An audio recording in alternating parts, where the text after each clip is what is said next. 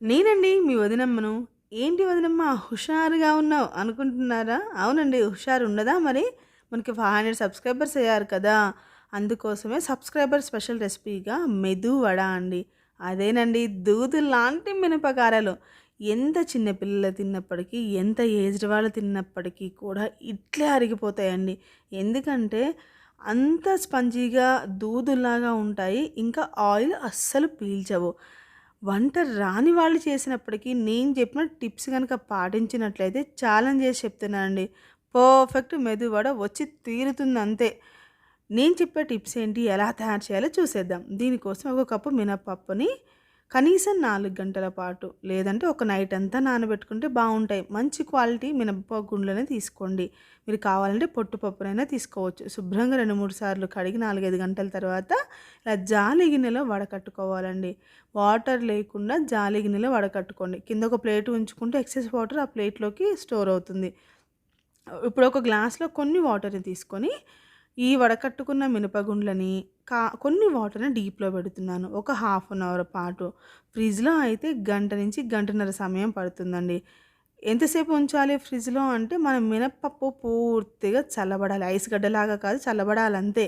తర్వాత మనం తీసుకున్న మినపగుండులో హాఫ్ అంటే మిక్సీకి నిండుగా వేయకూడదండి. హాఫ్ వరకు వేసి ఒకసారి తిప్పాలి. మిక్సీ గిన్నె తిరగకపోతే మాత్రమే వాటర్‌ని పోసుకొని ఇట్లా మెత్తగా మీగడలాగా రుబ్బుకోవాలండి. ఇప్పుడు మిగిలిన మినపగుండుని ఎలా రుబ్బాలో చూయిస్తాను. మిగిలిన హాఫ్ మినపగుండుని ఒక మిక్సీ జార్‌లోకి తీసుకొని సరిపడినంత కారాన్ని, ఉప్పుని ఇక్కడ యాడ్ చేసుకోవాలి. కొన్ని అల్లం ముక్కలు అంటే నేను ఒక పచ్చిమిర్చిని, కొంచెం సాల్ట్, 2, 3 అల్లం ముక్కలను కూడా వేసి మెత్తగా మీగడలాగా కొంచెం కొంచెం వాటర్‌ని యాడ్ చేసుకుంటూ పట్టుకోవాలి. మనం మిక్సీ తిరిగేలాగా ఉంటే చాలండి. ఇలా మెత్తగా రుబ్బుకున్న పిండిని ఒకసారి వాటర్‌లో వేసుకొని చెక్ చేసుకోండి. వాటర్‌లో పూర్తిగా పైకి తేలాలి పిండి ముద్ద. అప్పుడు పర్ఫెక్ట్‌గా వడలు వస్తాయి. ఇప్పుడు నాది కాస్త మునుగుతుంది. కాబట్టి పూర్తిగా పైకి తేలేంత సేపు తేలాలంటే ఈ పిండిలో ఎయిర్ బబుల్స్ ఫార్మ్ అవ్వాలి. ఎయిర్ బబుల్స్ ఫార్మ్ అంటే మనం ఏం చేయాలి? బాగా విస్కర్‌తో తిప్పాలండి. చేత్తో అయినా, విస్కర్‌తో అయినా. ఇదే second tip. Air bubbles form అయ్యి మన పిండి కాస్త ఉబ్బినట్లు అవ్వాలి. అంతసేపు దీన్ని తిప్పుతూనే ఉండాలి. తిప్పేటప్పుడు ఒకే డైరెక్షన్‌లో తిప్పాలండి. అటు ఇటు తిప్పకూడదు. అప్పుడే మనయి స్పంజీలాగా ఆయిల్ పీల్చకుండా చాలా టేస్టీగా వస్తాయండి. నేనైతే ఇది కొంచెం బౌల్ చిన్నగుంది కాబట్టి చేత్తో కాకుండా విస్కర్‌తో బాగా తిప్పాను 5, 10 నిమిషాలు. తర్వాత ఒక హాఫ్ టేబుల్ స్పూన్ జీలకర్ర యాడ్ చేసుకొని, మన పిండిని ఒకసారి చెక్ చేసుకోండి వాటర్‌లో ఏసి. పూర్తిగా పైకి తేలితే మన వడలు పర్ఫెక్ట్‌గా వస్తాయండి. తర్వాత వడలు వేయడానికి పొయ్యి మీద ఆయిల్‌ని పెట్టుకొని అది హీట్ అయ్యాక మన చేతుల్ని తడి చేసుకుంటూ, చేత వచ్చిన వాళ్ళైతే డైరెక్ట్‌గా ఆయిల్‌లో వేసేసుకోండి. చేత్తో తీసుకొని ఆయిల్‌లో వేస్తే వచ్చేస్తాయి పర్ఫెక్ట్‌గా. లేదు బిగినర్స్ అయితే ఇలా మన బటర్ పేపర్‌ని కానీ, న్యూస్ పేపర్‌ని కానీ, లేకపోతే ఏదైనా కవర్‌ని గానీ తీసుకొని చేతుల్ని తడి చేసుకుంటూ ఇలా ఆయిల్‌లో వేసుకోవాలండి. చిన్న రౌండ్ బాల్ లాగా తీసుకొని మధ్యలో హోల్ చేసుకొని ఆయిల్‌లో వేసేయడమే. అంతేనండి. అటు ఇటు తిప్పుకుంటూ గోల్డెన్ కలర్ వచ్చేలాగా ఫ్రై చేసుకున్నామా, దూదుల్లాంటి పైన క్రిస్పీగా లోపల ఎంత సాఫ్ట్‌గా ఉండే మన మినప గారెలు రెడీ అయినట్లే.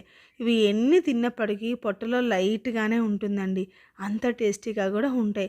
మీరు ఖచ్చితంగా ట్రై చేస్తారు కదూ! ట్రై చేసి మీకు ఎలా కుదిరాయో నాకు కామెంట్ చేయండి. నా ఛానల్‌ని సబ్స్క్రైబ్ చేసుకోవడం అస్సలు మర్చిపోకండి. ఎందుకంటే మీ అందరి ఎంకరేజ్‌మెంట్ ఉంటే ఇలాంటి రెసిపీస్‌ని చాలా ట్రై చేయొచ్చండి. ఇంకా ఈ 2 టిప్స్‌ని ఖచ్చితంగా పాటించండి.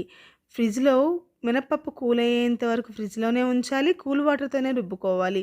రెండవది ఎయిర్ బబుల్స్ ఫార్మ్ అయ్యేదాకా పిండిని బాగా బీట్ చేసుకోవాలి. ఈ 2 టిప్స్ కనుక పాటిస్తే బ్యాచిలర్స్ అయినా, మొదటిసారి గారెలు చేస్తున్న వాళ్ళైనా, వంట రాని వాళ్ళకైనా పర్ఫెక్ట్‌గా మెదువడ వచ్చి తీరుతాయి. అంతేనండి.